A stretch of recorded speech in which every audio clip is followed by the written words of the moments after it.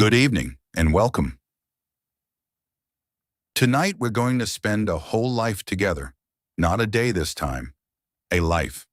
The long, slow, complete life of one woman from her first morning to her last in a city on the edge of the sea more than 2,000 years ago.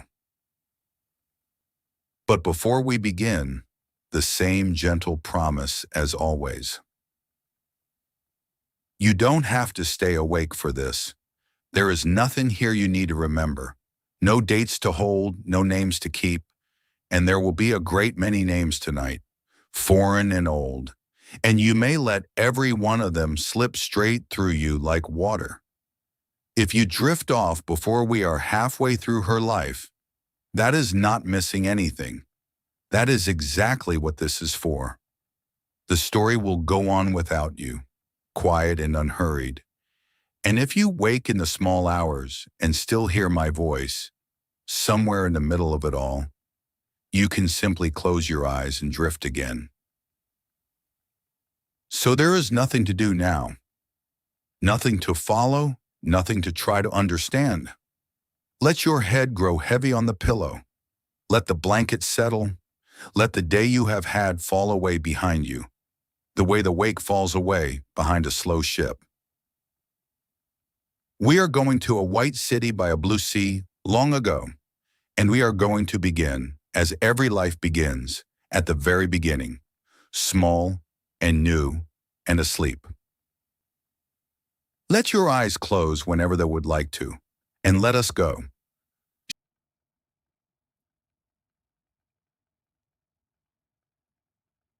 She was born in a palace by the sea, in the greatest city in the world, on a night that no one wrote down.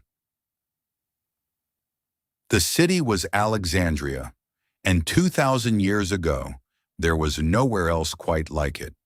It stood on the northern edge of Egypt, where the land runs out and the great green sea begins, a city of white stone and wide straight streets, built to catch the sea wind and the sun.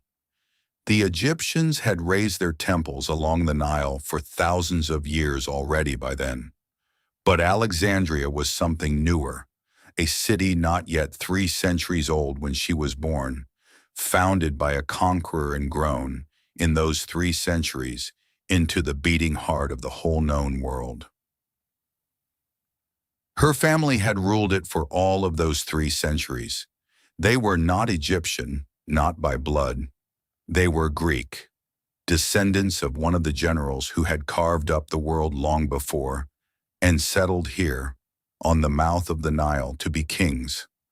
For 9 generations they had ruled Egypt from this white city by the sea, and she, born into the 10th, was a princess of that long line, a small new link in a very old chain.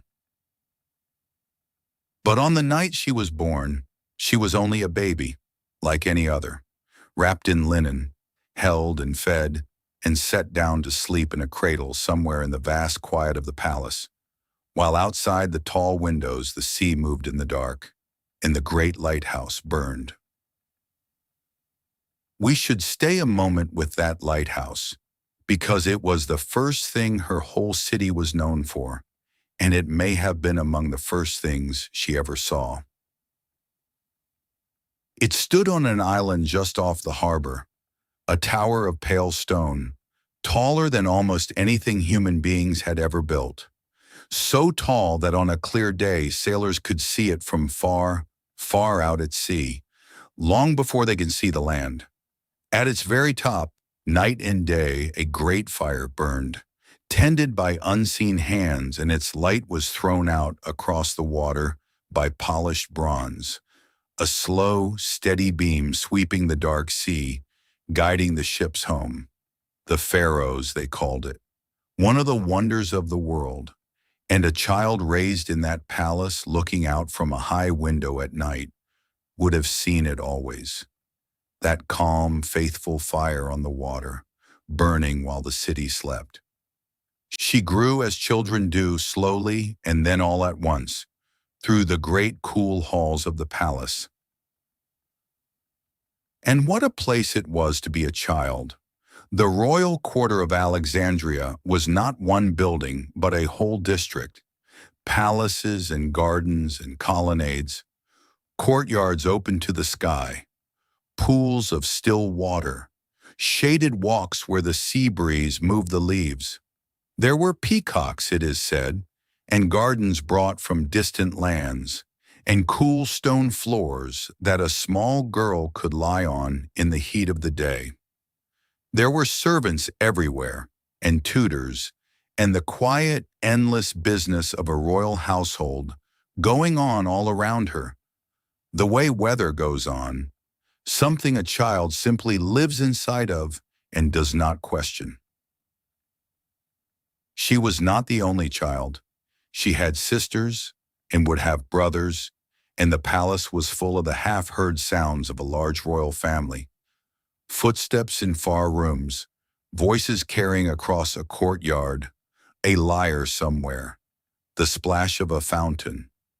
She was somewhere in the middle of them, neither the eldest nor the youngest, not yet marked out for anything, just one more royal child growing up in the White City, learning to walk on the cool floors, learning the faces of the people who cared for her, learning the shape of her enormous home. Outside the palace walls, the city breathed. Alexandria was loud and bright and crowded, a city of perhaps 500,000 souls from every corner of the world. Greeks and Egyptians and Jews and traders from lands whose names she had not yet learned. But inside the palace, near the sea, it was quiet. And at night, when the household settled, and the lamps burned low, and the great fire turned on the pharaohs far out on its island, a small girl slept in a palace by the sea, in the greatest city in the world, with her whole long life still ahead of her, unwritten, unknown. There were people whose whole task was to care for her in those first years, nurses and attendants who had cared, some of them, for royal children before her, and who moved through the nursery with the unhurried competence of those who have done a thing many times. She was carried through cool corridors and out into shaded courtyards.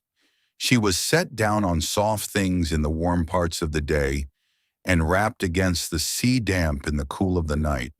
She learned before she learned anything else the particular feel of her own home, the smell of the sea and the lamp oil and the stone, the sound of the fountains, the way the light fell through this doorway and not that one, the faces that leaned over her cradle and smiled. The palace kept its own slow time, and a baby simply floats along inside it. In the mornings, the sea light came up cool and pale and filled the rooms. In the great heat of the day, the household withdrew into shade and stillness, and even the vast building seemed to doze, its marble cool underfoot, its courtyards quiet but for the water and the birds. In the evenings, the lamps were lit, one by one, small flames blooming in the dusk down the long halls, and the smell of the oil mixed with the smell of the sea, and somewhere a voice might be singing, low, an old song in one language or another. And then the deep quiet of the night, and the stars over the water, and the great fire turning on the lighthouse, and a small girl asleep in the middle of it all. She had, as far as we can tell, everything a child could have, and the things a child most needs cannot be bought with wealth at all.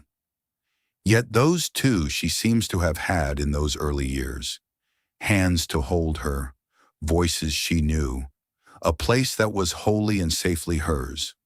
Her whole long life was still ahead of her, every bit of it unknown, and none of it needing to be known yet.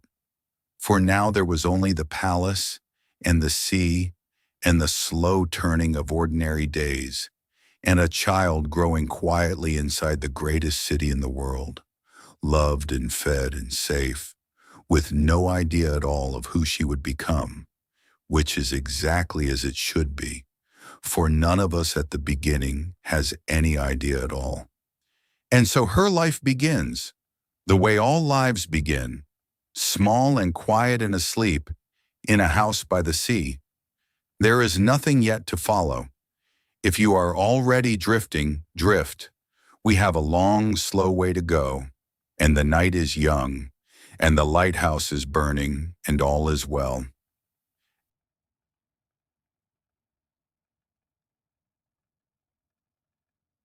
As she grew from a small child into a girl, her city became her school, and there was no better school anywhere on earth. For Alexandria, in those days, was not only the richest city in the world, it was the most learned, and the reason had a name, the museum, and beside it, the library. Now the museum was not a museum as we would know one. The word meant a house of the muses, the goddesses of learning and art, and it was something closer to what we might call a great university, though there had never really been one like it before. It was a place where scholars came to live, from every land, brought to Alexandria by her family across the generations, given rooms and meals and gardens, and above all, time. Time simply to think, and read and argue and write. They walked in shaded colonnades and talked. They dined together at a long common table. They studied the stars and the human body, and numbers and the words of poets long dead. And they had at their fingertips the greatest treasure the city owned. The library. It is said that the kings of her line had set out, generations before, to gather into one place a copy of every book in the world, every scroll, in every language, on every subject, poetry and medicine, mathematics and geography, star charts and star stories, the laws of far-off cities and the songs of forgotten ones. Ships that came into the great harbor were searched, the story goes, not for smuggled goods but for books. And any scroll found aboard was carried to the library, copied by patient hands, and the copy, sometimes, returned to the owner, while the original stayed. Scroll by scroll, year by year, the collection had grown into something staggering. Hundreds of thousands of scrolls, more written knowledge gathered in one place than had ever been gathered before. All of it kept in cool halls, ordered and cataloged, tended by scholars who had given their lives to it. And this was the world in which she was raised, a palace beside a library beside a sea. She was, everyone agrees, a clever child, clever in a way that was noticed and fed. She had tutors of the finest kind the city could offer, which meant the finest anywhere. She learned to read, and having learned, she read deeply. She was taught the words of the old Greek poets, and philosophy, and mathematics, and medicine, and the movements of the stars. She learned to speak, and to speak well, the art of persuasion, of choosing words that move a listener, which in her family was not a luxury, but a tool of survival. And she learned languages.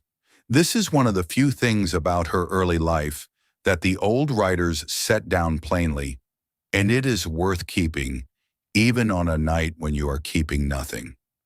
She grew up, they say, speaking many tongues, the Greek of her family, of course, and then others, one after another, until she could speak with envoys and traders and priests from many lands, each in their own language, and needed no one to translate for her. And there was one language, they add, that set her apart from every one of her ancestors. In 9 generations of her family ruling Egypt, not one king or queen before her had troubled to learn the language of Egypt itself. She did.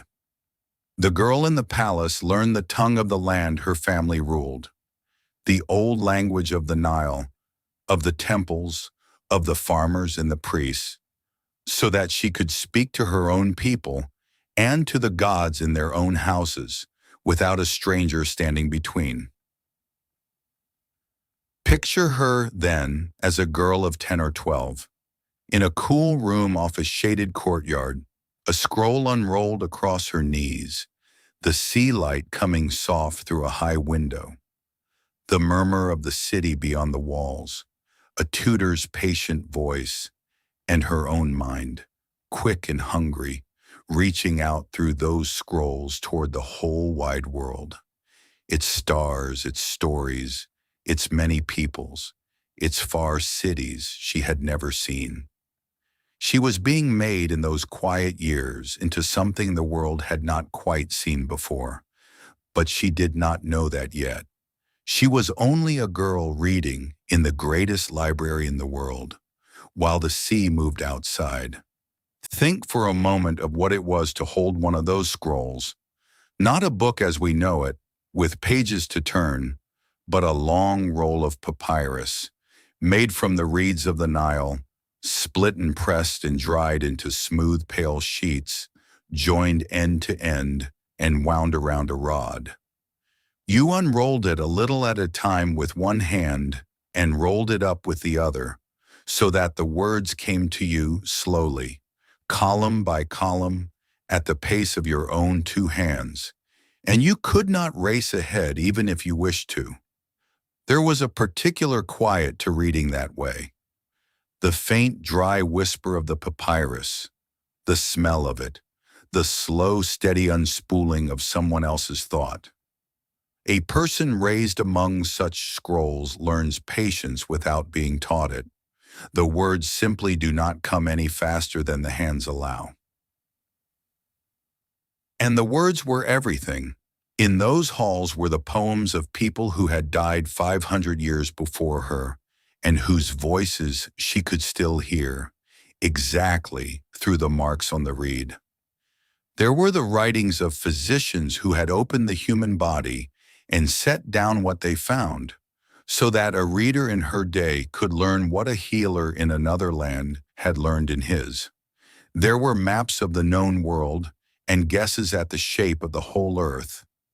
For the scholars of her city had already reasoned that the earth was a ball, and one of them, long before her, had even measured how big around it was, near enough, with nothing but shadows and sums and a clear mind.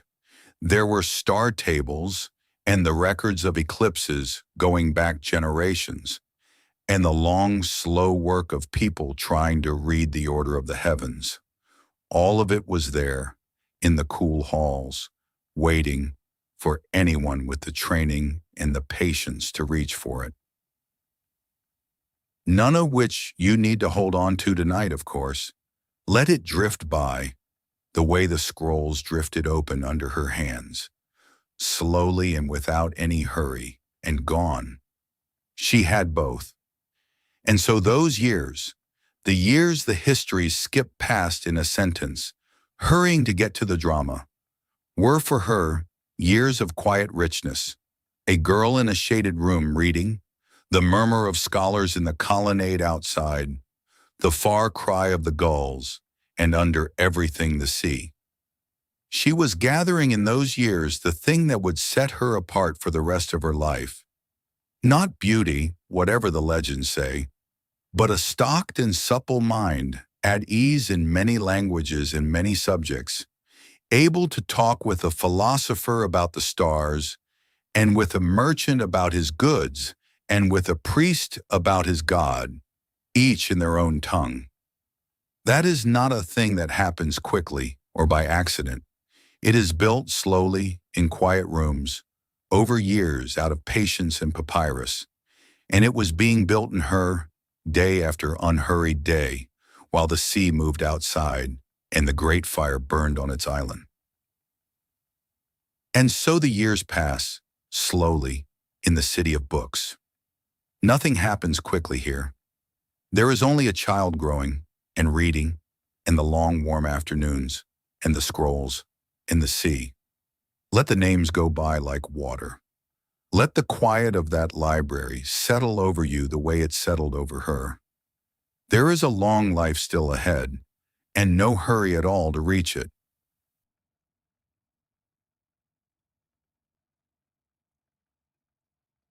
Before we let her grow up, and she will soon enough, let us stand still a while longer and look at the world she lived in. For a life is not only the person, it is the whole world that person moves through, and her world was a wonder. Begin with the city on an ordinary morning. Alexandria woke early, as all great harbors do. Before the sun was properly up, the fishing boats were already out on the flat gray sea, and the markets were stirring, and the wide streets, laid out straight and true, crossing at right angles so that the sea wind could blow clean down them from one end to the other, began to fill. It was a planned city, unlike the tangled old cities of the world. You could see a long way down its avenues past white columns and painted porticos, all the way sometimes to a glint of blue at the end. The main street, they say, ran for miles, dead straight, lined with colonnades, so broad that the whole life of the city seemed to flow along it like a river. And what a mingling of peoples flowed there. Greeks in their light robes, Egyptians who had come down from the villages of the Nile, merchants and sailors from every shore of the great sea and beyond, men who spoke a dozen tongues, wore a dozen kinds of dress, worshipped a dozen kinds of God. Alexandria took them all in.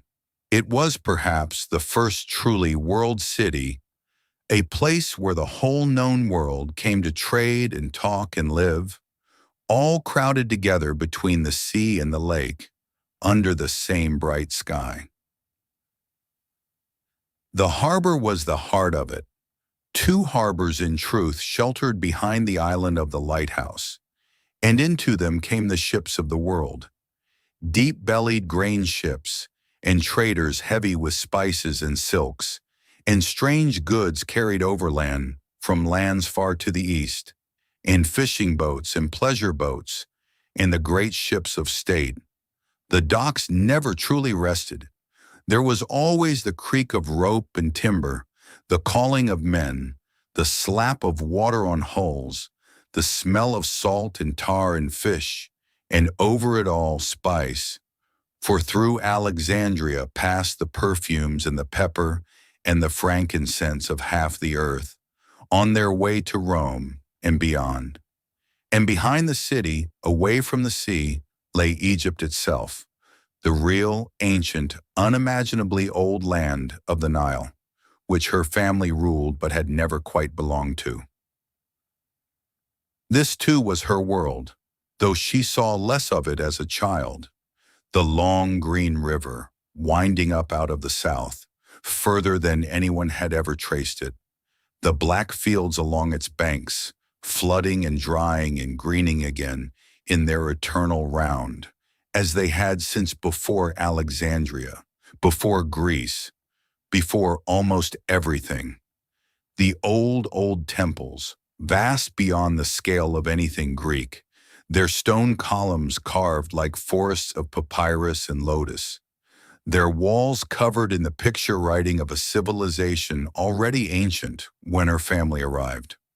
The priests who tended the old gods, the farmers who worked the black soil, a whole world older than her own, running quietly on beneath the Greek city on the coast, and she, the girl who had learned its language, was perhaps closer to it than any of her family had ever been.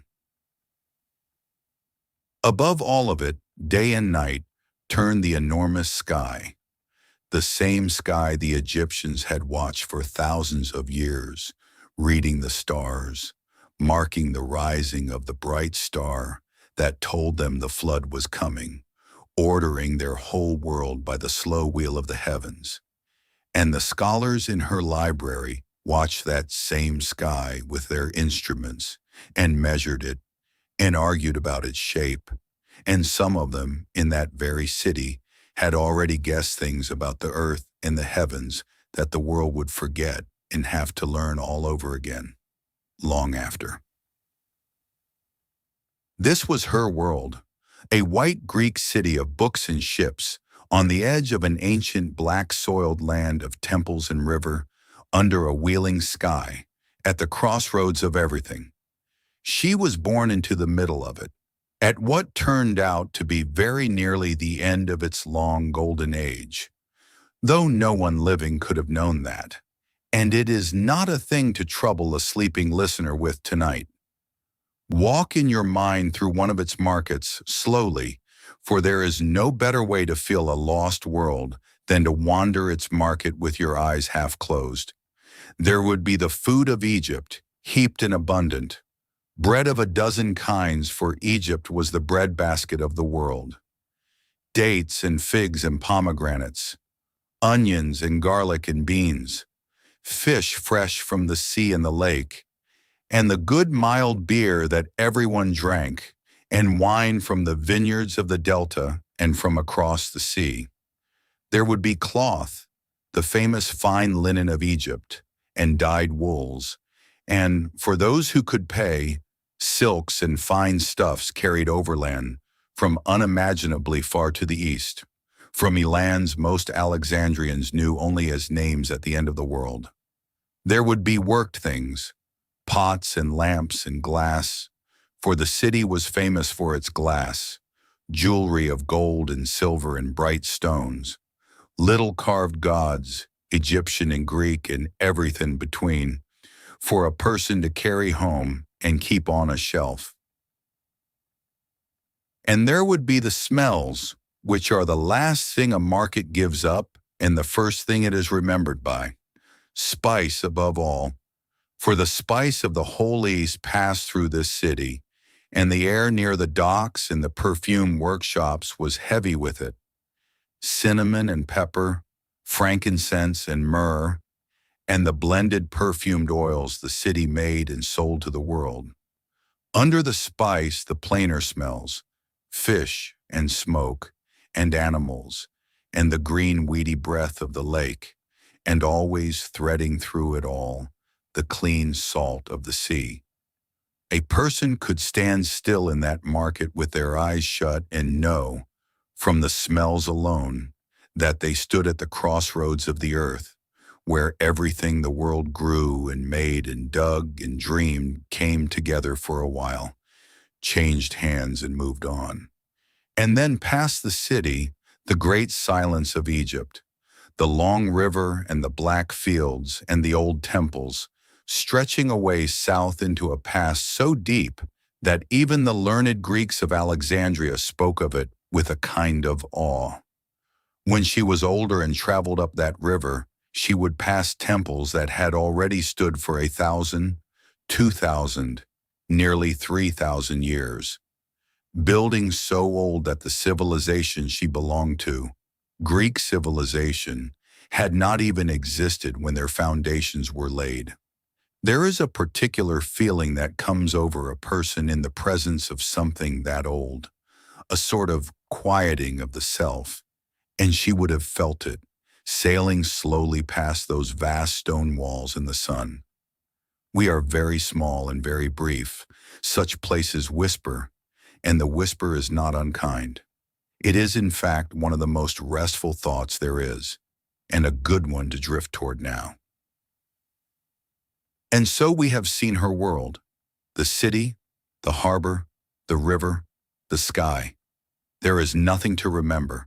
It is only a place, long ago and far away, laid out for you to drift through. If your thoughts are loosening now, let them loosen. We will go back to her and to her life in a little while. The world will keep. It always does.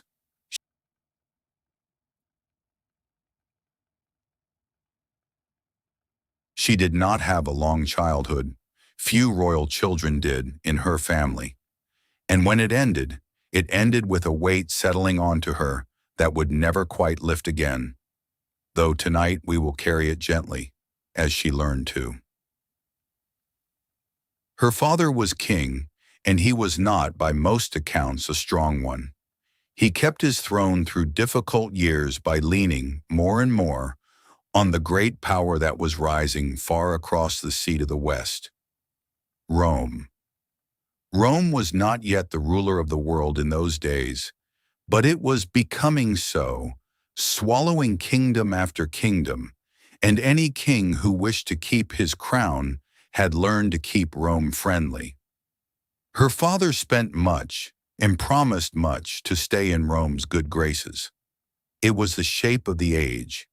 Egypt was old and rich, Rome was young and hungry, and the kings of Egypt survived by managing that hunger, year by year, as a person manages a fire that could either warm the house or burn it down. She grew up watching this. A clever girl in a palace learns the real business of her family by watching, long before anyone teaches her, who holds power and who only seems to, which smiles are true and which are masks, how a kingdom is kept, and how it can be lost. She watched envoys come and go. She watched the careful letters written to Rome. She watched her father navigate and stumble and hold on.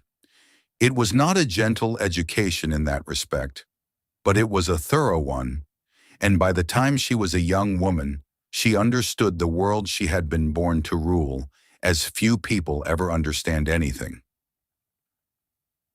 And then her father died, as fathers do, and the crown passed on. It did not pass to her alone. By the custom of her family, an old custom, strange to us but ordinary to them, she was to rule together with her brother, the two of them as queen and king side by side sharing the throne. She was still very young. Her brother was younger still, a boy, and so a teenage girl and a young boy were set upon the throne of Egypt to rule the oldest kingdom in the world between them, in an age when the world was more dangerous than it had been for a very long time. We will not follow all the tangles of what came next. The truth is that ruling alongside a young brother, with a court full of grown men, each wanting to hold the real power behind these two children, was not a peaceful thing, and there were quarrels and reversals, and for a time she was pushed away from the throne entirely and had to leave the city. These are the sorts of storms that fill the histories, and they are not what we are here for tonight.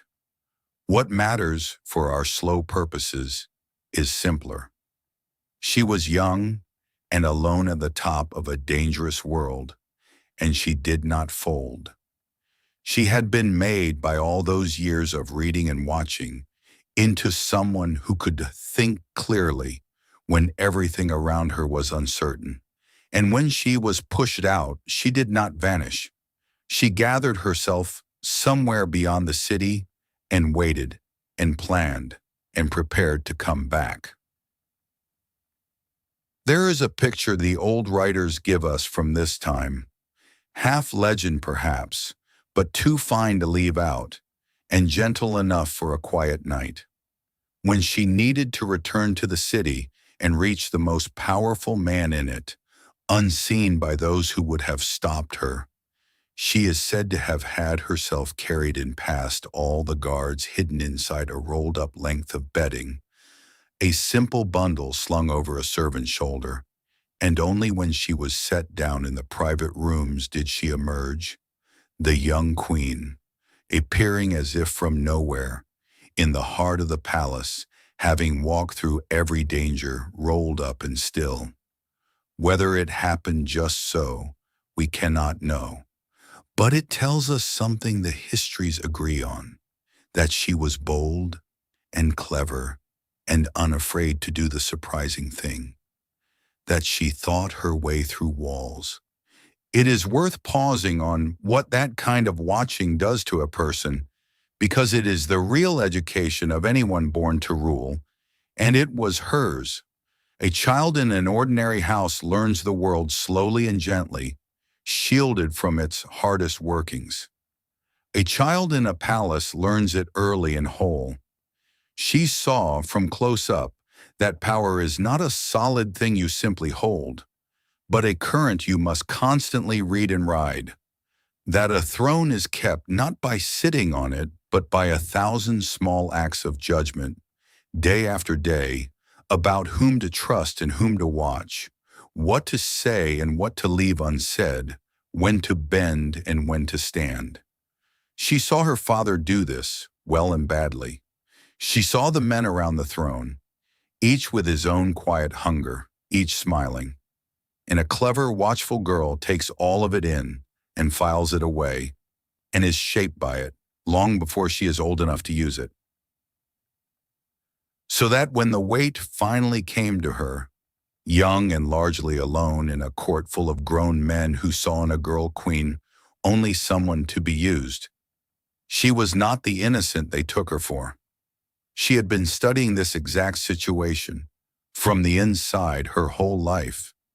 She knew how the game was played because she had watched it played over her own head since before she could read.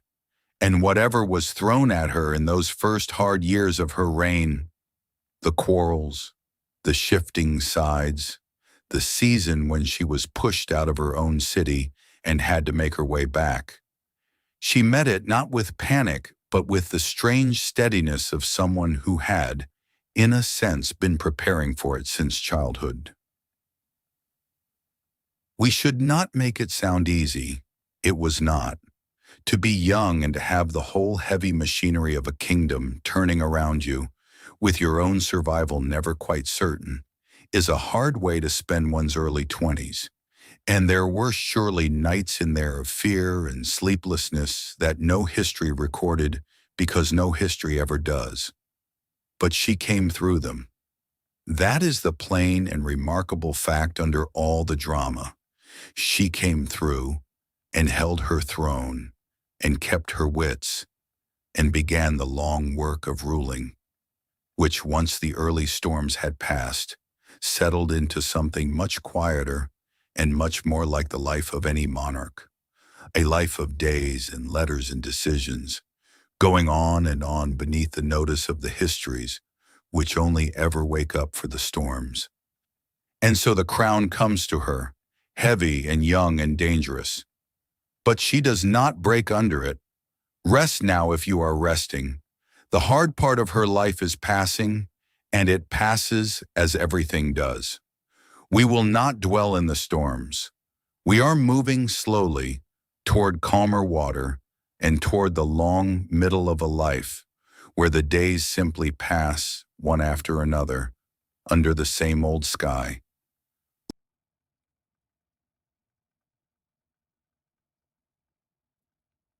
Let us leave the storms behind now and do something the histories rarely do. Let us simply spend an ordinary day with her, as queen, in the middle of her life. For a life is mostly ordinary days, even a life like hers, and the ordinary days are the ones that make the best company at night. She wakes early in the palace by the sea, the same sea she has heard every morning of her life, moving beyond the tall windows. The light comes up over the water, and the great fire on the Pharos pales and goes out as the day takes over its work. Servants move softly. The palace, vast and cool, begins its slow waking, as it has for 300 years.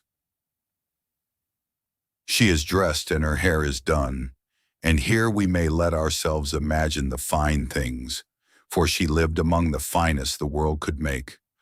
Linen so fine it was almost weightless, woven in Egypt as nowhere else. Gold, for Egypt was a land of gold, and her family wore it well. Bracelets, rings, the fine collars of the old Egyptian style, earrings that caught the sea light, perfumes blended in the workshops of her own city, which was famous for them, oils of rose and lily and myrrh and cinnamon, warm and sweet, the sense of a world that reached from the gardens of Egypt to the spice roads of the Far East. She lived quite simply inside beauty, the way you and I live inside ordinary air. Then the work of the day, and it was work. She was not a queen in name only. She ruled, truly ruled, a great and complicated kingdom, and that meant hours of it. There were letters to her officials up and down the Nile, to foreign kings, to Rome. There were petitions, for a monarch in that world was the final judge of 1,000 small matters, and her people could bring their disputes and their pleas all the way up to her. There were priests to receive, and envoys and ministers with the endless business of taxes and grain and trade. Egypt was the richest kingdom in the world, its wealth built on the black soil and the grain it grew, grain that fed cities far across the sea, and managing that wealth, keeping the great machine of the kingdom running, was the daily labor of the one who wore the crown. She was good at it. This too the histories grant her, even the ones that did not love her. She had a mind for detail and a memory for faces and names, and she knew her kingdom, and she worked. Between the famous dramas that fill her story, there were long stretches of exactly this. A queen at her desk, so to speak, governing day after day, the way anyone governs anything, one letter, one decision, one small matter at a time. And there were the pleasures of the day, too, woven through the work. She dined, and the dining of that court was legendary. Tables laid with the abundance of Egypt and the luxuries of the world. Though a person can only eat so much, and the legends grow in the telling. She walked in the palace gardens, in the cool of the day, among the pools and the shaded walks, and the strange plants gathered from far lands. She read, of course she read.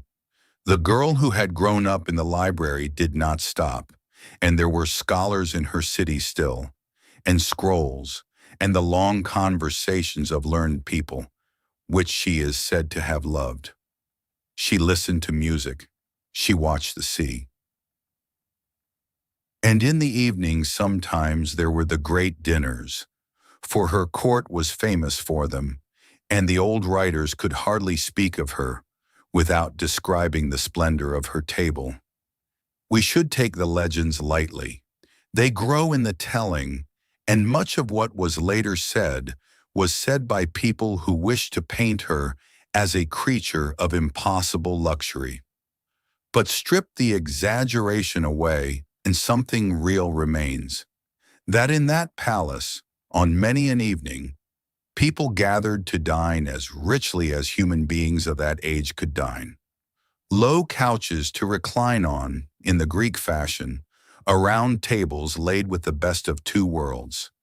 The food of Egypt in abundance, fish and fowl and fruit, bread and honey and dates, wine mixed with water and poured slowly through the long evening, lamplight and the warm heavy smell of the perfumed oils and the burning incense, flowers, garlands of them, for they wore flowers at such feasts and strewed them on the tables. Music, low and constant, the lyre, the flute, a voice, and talk, the long, unhurried talk of the evening, drifting from one thing to another as the lamps burned down. It is easy across 2,000 years to picture only the crown and the drama and the famous names, but she was also simply a person who lived through tens of thousands of ordinary evenings, who grew tired at the end of a long day of ruling, and was glad of a good meal, and liked certain music, and had people whose company she preferred, and watched the same sea go dark outside the same windows, night after night after night, as the lamps were lit and the day let go of its hold. The grand moments were few, as they are in any life. The evenings were many, and it is the evenings in the end that a life is mostly made of. The quiet, repeating, unremarkable evenings, coming on one after another, each one a little folding up of the day, a little rehearsal of the longer rest to come. And that is all this is tonight. One more quiet evening, folding gently up. Nothing to hold, nothing to do. You may let this drift by, the way she let her own evenings drift, one into the next, towards sleep. And always running under everything, there was Egypt itself, the old land, the Nile, the temples, the gods. She took part in the old rites in a way her ancestors mostly had not. She showed herself to her people not only as a Greek queen, but in the old Egyptian way, as the living echo of a goddess. In the temples along the river, in the picture writing on the temple walls, where she had her image carved in the ancient style, offering to the old gods as the pharaohs had for thousands of years. She stood in a way with one foot in each world, the Greek and the Egyptian, the new and the unimaginably old. And she was perhaps the only one who could stand comfortably in both. Let us linger in the gardens a while, for they were among the great pleasures of that palace, and a garden is a restful thing to imagine at night. They were not gardens as they grow wild. They were made and kept with enormous care in a hot, dry land where every green thing was a small victory wrung from the earth by water carried and channeled and poured. There were pools, still and cool, catching the sky. There were shaded walks between colonnades where the sea breeze moved. There were plants gathered from across her kingdom and beyond. Flowers and fruiting trees and herbs, the blue lotus of the Nile floating on the ponds, closing at night and opening with the sun. There were birds kept and wild, and there was shade deep and green and blessed in the heat of the day. A place to walk slowly, or sit, or simply be, with the sound of water and the smell of flowers, and the far murmur of the sea. And there were the perfumes, which deserve their own quiet moment, because her city was the perfume capital of the world, and she lived at the heart of it. In workshops not far from the palace, skilled hands blended oils and flowers and resins and spices into scents of extraordinary richness. The rose and the lily, the warm sweetness of myrrh, the deep resin of frankincense, cinnamon and saffron, and things whose names are lost. These were not dabbed on lightly. They were worn and burned and rubbed into the skin so that the rooms of the wealthy and the people in them carried a fragrance that must have been almost overwhelming to a plainer nose. She lived inside that fragrance. It was simply the smell of her world, of her own skin, of her rooms, of the smoke that rose from the little braziers, of the gardens and the offerings. A warm, sweet, heavy sweetness over everything, day and night. And woven all through her days was the strange double life she led between two religions, two ways of being royal. To the Greeks of her city, she was a Greek queen in the long line of her family. But to the Egyptians, the older, deeper population of her ancient kingdom, she took up the role their pharaohs had filled for 3,000 years. Not merely a ruler, but a sacred figure, the living echo of a great goddess, the human point where the divine touched the land. She went to the old temples. She took part in the ancient rites, in the old way, with the old words. Words she, unlike her ancestors, could actually speak. And she had herself shown, on the walls of those temples, in the timeless Egyptian style, offering to the old gods exactly as the pharaohs had done since the dawn of the written world, her figure carved into the same eternal stone. She stood in this way at the meeting point of two worlds that had lived side by side for centuries without ever quite touching. And she, the reader, the learner of tongues, was perhaps the first of her whole line truly at home in both. And so her days pass in the palace by the sea, the waking, the work, the gardens, the sea, the old gods, the scrolls. This is the long, quiet middle of a life, the part the stories rush past, and it is exactly the part worth resting in. Nothing here needs following, only a queen, living her days, one after another, while the lighthouse burns and the sea moves and the years go gently by.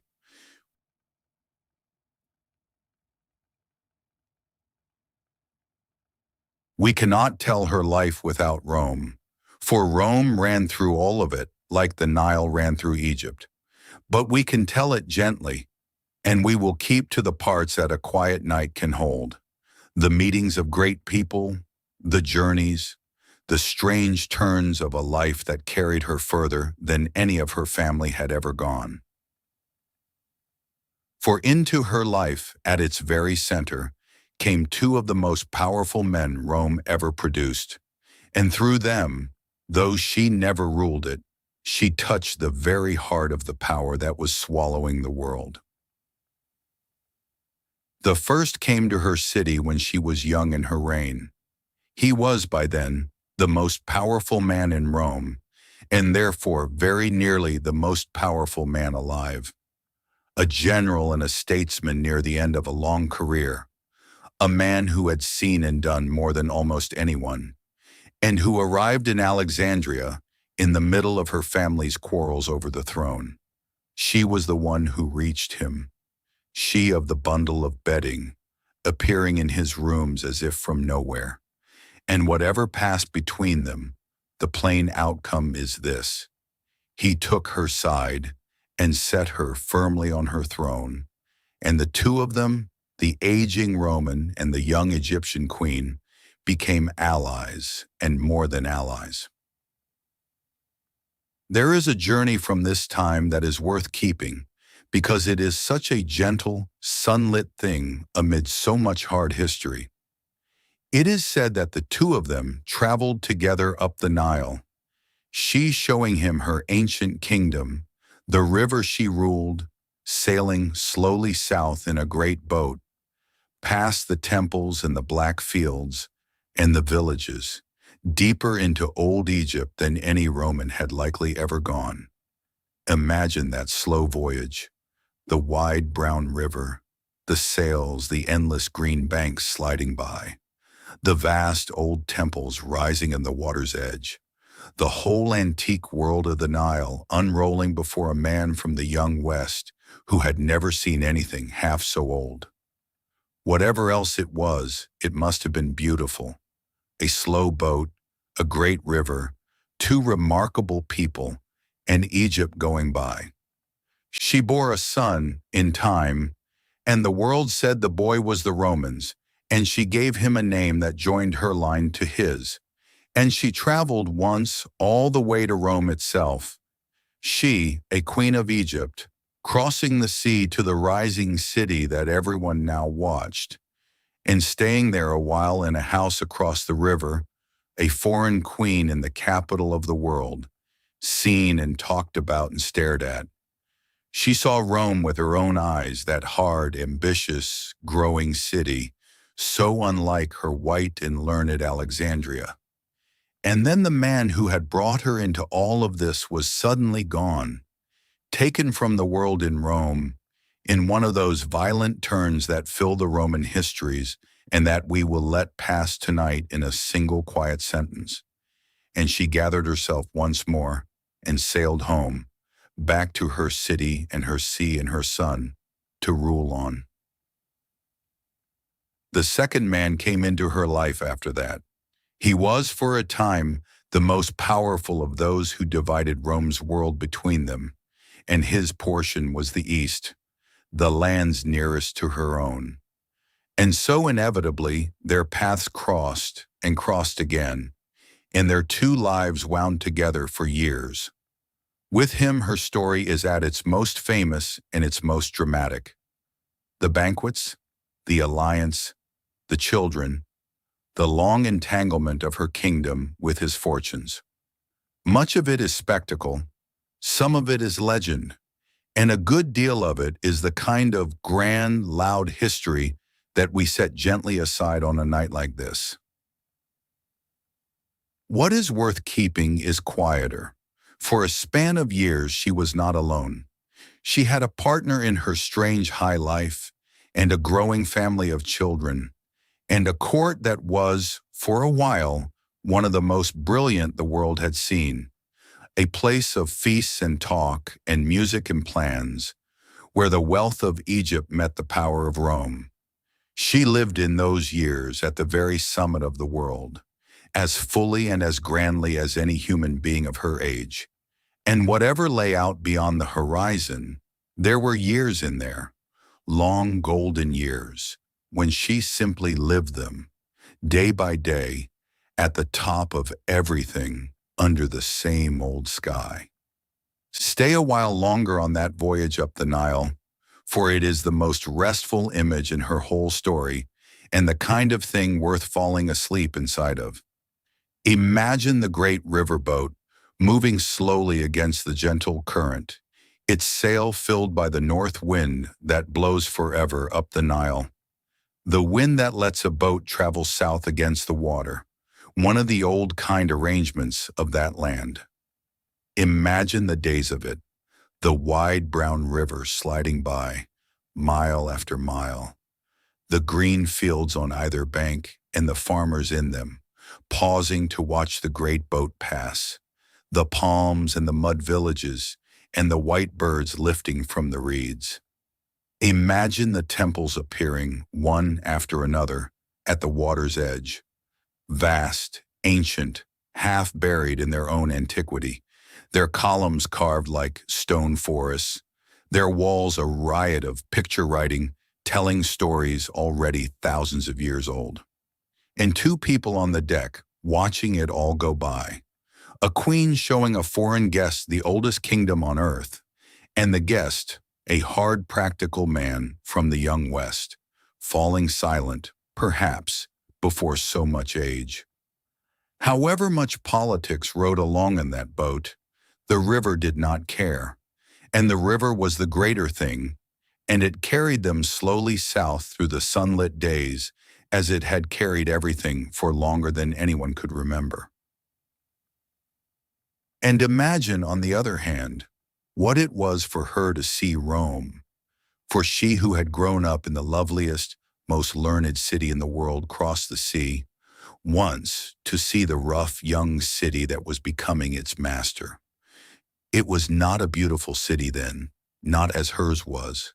It was crowded and steep and practical, a city of brick and ambition, its streets tangled where hers ran straight, its temples smaller, its library nothing beside her own.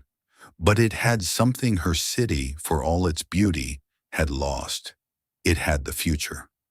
Power was flowing westward to that hard, hilly town by its yellow river. And she, clever as ever, will have seen it clearly, will have understood, standing in Rome, that the age of cities like hers was passing, and the age of Rome was coming, whether anyone wished it or not. She stayed a while. A foreign queen watched and whispered about, and then she went home, back to her white city and her blue sea, to rule what was still, for now, hers. Then the long middle years, the ones with a partner and a growing family and a brilliant court, which the histories paint in the loudest colors, and which were, in the ordinary way of things, mostly just years, mornings and evenings, meals and music, children growing, the endless work of the kingdom, the sea outside the windows. She had, in that stretch, what most people most want and few people at her height ever get: a full life, a family, work she was good at, and a good long while, in which the storms held off and the days simply came and went. She lived the fair days, one after another, as we all must and as we all should. And so Rome comes and goes through her life, bringing great men and great journeys and great changes.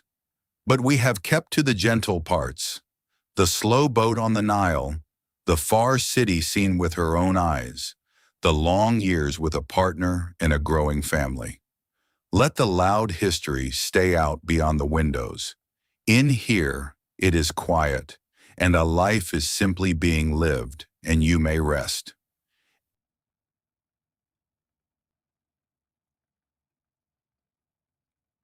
Every life has its long afternoon, when the sun is still warm but has begun, almost without notice, to slope down the western sky. Hers came as it comes to everyone, and we will walk through it slowly and without fear, for there is nothing in a sunset to be afraid of. The world beyond her kingdom had been settling, all these years, into a single great contest.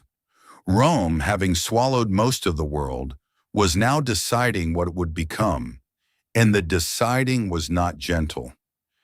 In the end, it came down to two men and their followers, the last two great powers left standing, and the whole Roman world was drawn slowly toward the reckoning between them. And her partner, and therefore her kingdom, was one of the two. She was by now no longer the young queen who had come rolled in a bundle of bedding. She was a woman in the fullness of her life, a mother of several children, a monarch who had held her difficult throne for many years, longer by then than most rulers ever manage, through dangers that had destroyed many others.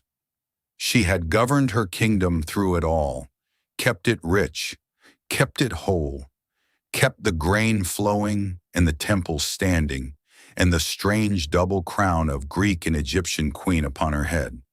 Whatever the wider world decided, she had already done a rare thing. She had ruled and ruled well, and lasted. The reckoning, when it came, went against them. We will not march through the battles. They are loud and far away, and belong to another kind of story than the one we are telling tonight. It is enough to say that the tide of the world turned, out on the sea and beyond it, and turned against her side, and that slowly, then not so slowly, the great structure of power she had helped to build began to come apart. The allies fell away, the armies melted, the men who had feasted at her brilliant court found reasons to be elsewhere. This is how the end of an age arrives, not always in a single crash, but often like a tide going out, quietly, steadily, uncovering the hard ground beneath. She came home to Alexandria, to her white city by the sea, for the last long while of her life. And here, if we are honest, the histories grow dark, and we will not follow them all the way down. But we can stay with her a little, in those final days, in the place she had always known. For she was home. Whatever else was ending, she was where she had begun. In the palace by the sea, under the tall windows, within sound of the water that had been the constant companion of her whole life. The same sea, the same light coming up over it in the mornings, the same great lighthouse, still burning its faithful fire out on the island, as it had on the night she was born, as it had every night of her life between. Her children were near. Her city, for now, still stood around her, white and bright and full of its many peoples, going about its days as cities do even at the end of an age, not quite believing that anything so old could truly end. And she did what people do at the end. She put her affairs in what order she could.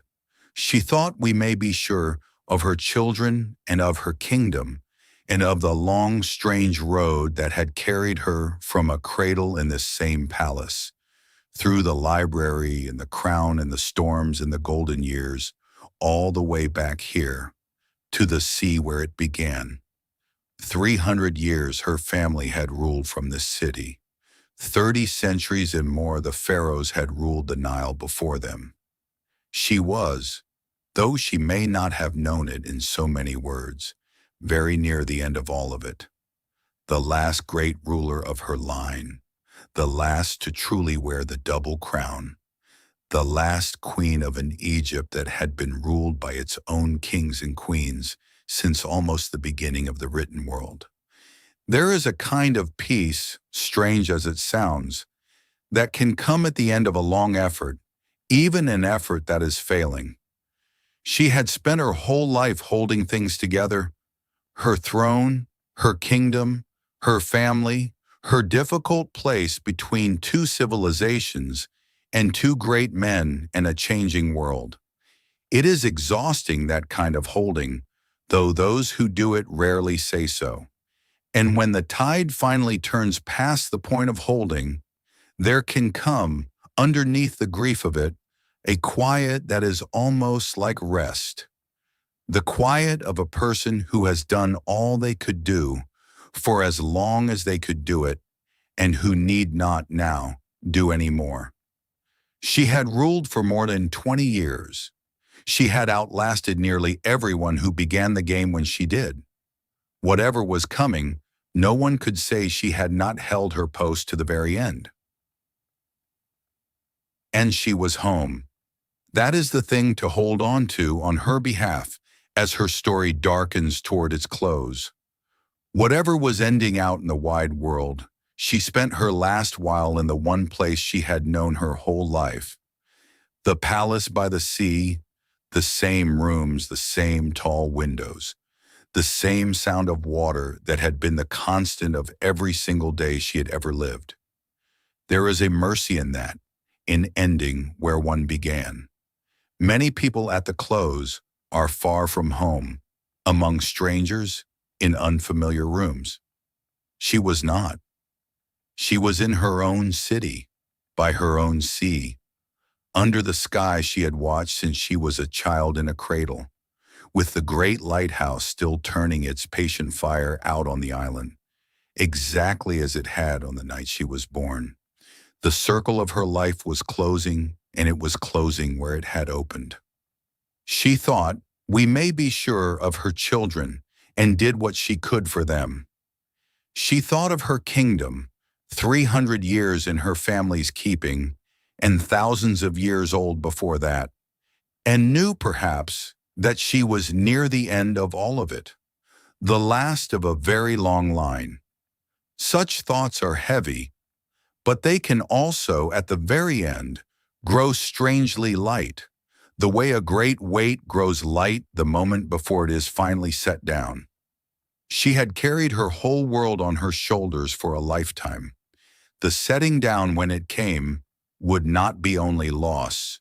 It would also, in its way, be rest, the deepest rest, the kind that is owed to anyone who has carried something heavy for a very long time and carried it well. And so the tide turns, and the long afternoon slopes down toward evening. But she is home, by her own sea, under her own sky, with the lighthouse burning as it always has. There is no fear in this. It is only evening coming on, as evening always does, gentle and inevitable, and not unkind. Rest now. We are nearly at the close of the day, and the close of the day is for sleep.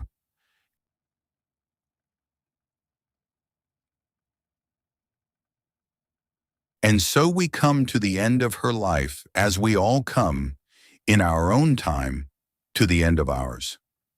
We will treat it as the old Egyptians treated such things, not as a terror, but as a passage, not as a wall, but as a door, the setting of a sun that has crossed its whole long sky and earned its rest. She died in her palace, in her city, by her sea, a queen to the last. The exact manner of it the old writers tell in different ways, and some of the tellings are the stuff of legend, and none of them are for a quiet night. We will let them go, the way we have let so much go tonight. What matters and what is true is gentler than any of the legends. She died at home. She died where she was born. The long circle of her life closed in the same white palace where it had opened, within sound of the same water, under the same wheeling stars. The child and the queen, and the woman at the end all folding back together into one, in the place that had held her from the very beginning. She was not old, but she had lived more life than a dozen ordinary lives laid end to end, had ruled one of the greatest kingdoms of the world for more than 20 years, had walked with the masters of the age, had sailed the Nile and crossed the sea, and seen the far city that would rule the world, had stood in the ancient temples as a living goddess, and sat in her library among the scrolls as a curious girl. She had spoken to her people in their own tongue. She had held her difficult crown through every storm the world could throw, and worn it still at the end. Whatever else is said of her, and much has been said, across 2,000 years, by people who never knew her, she had lived fully and fiercely and well, one of the most remarkable lives any human being has ever lived. And then, like all of us, she laid it down and slept. With her, an age ended. Her kingdom passed, after her, into the hands of Rome, and the long line of Egypt's own rulers, unbroken for thousands of years, came quietly to its close. The old temples still stood along the Nile, and the river still flooded and greened as it always had, and the great lighthouse still burned in the harbor for centuries more, guiding the ships. But something had turned over softly in the history of the world on the night she died, the last page of one enormous book closing so that another could begin. It is a strange thing to think of, how completely a whole world can pass. In her lifetime, Alexandria was the beating heart of the earth, the richest city, the most learned, the meeting place of every people, a place that must have felt, to those who lived in it, utterly permanent, far too grand and too old and too full of life to ever truly end. And yet it ended as all things end. Not all at once. Cities die slowly.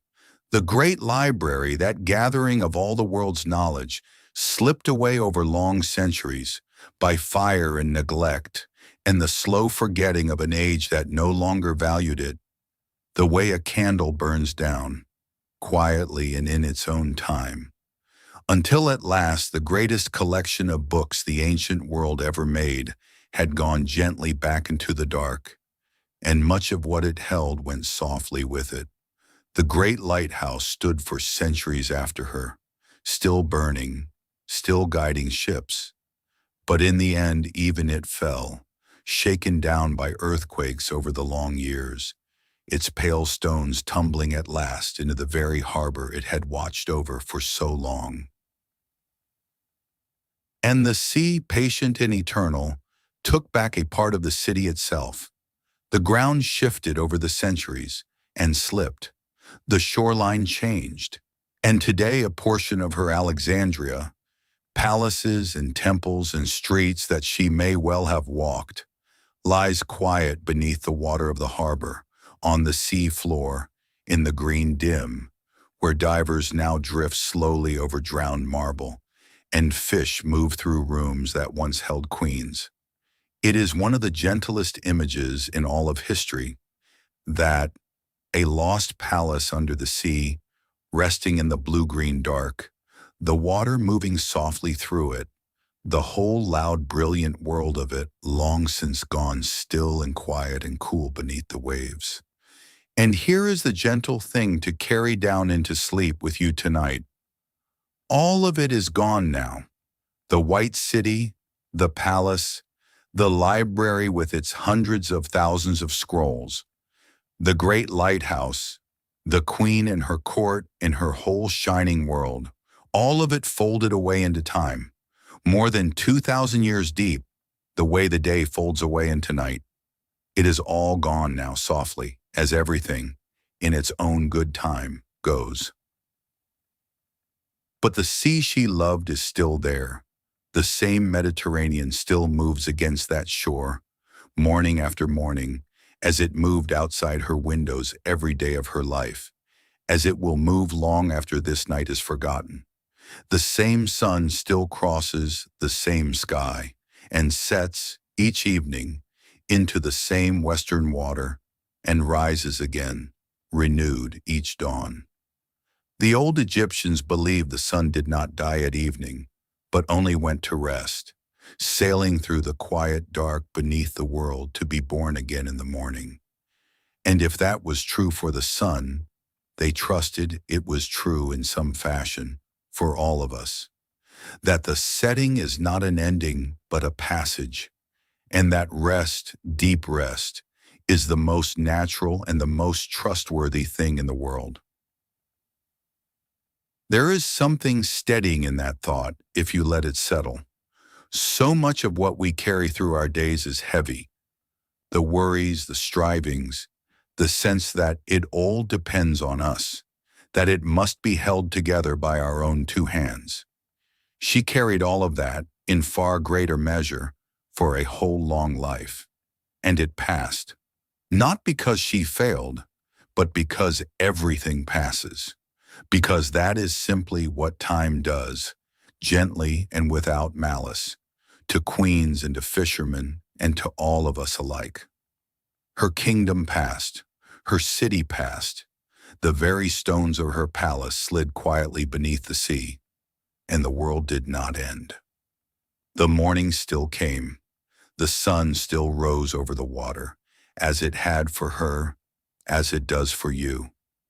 The sea still moved against the shore, patient and unbothered, keeping none of the human weight that had once seemed so enormous.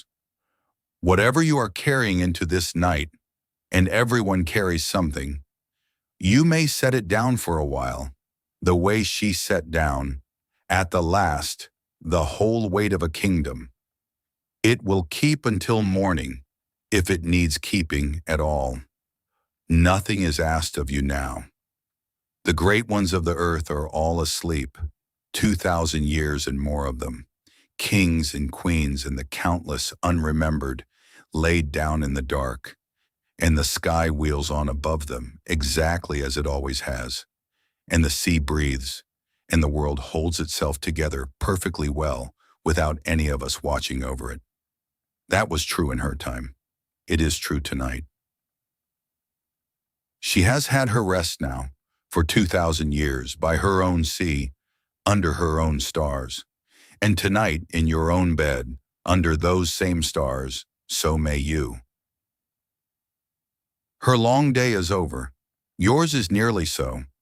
Let it end the way hers did, gently at home, within sound of something that has always been there and will always be there, the sea or the rain or the breath in your own chest, moving slowly in the dark. The lighthouse is long dark, the city is long gone, the queen is long asleep. And the sea moves on softly against the shore, under the same old stars. Sleep well,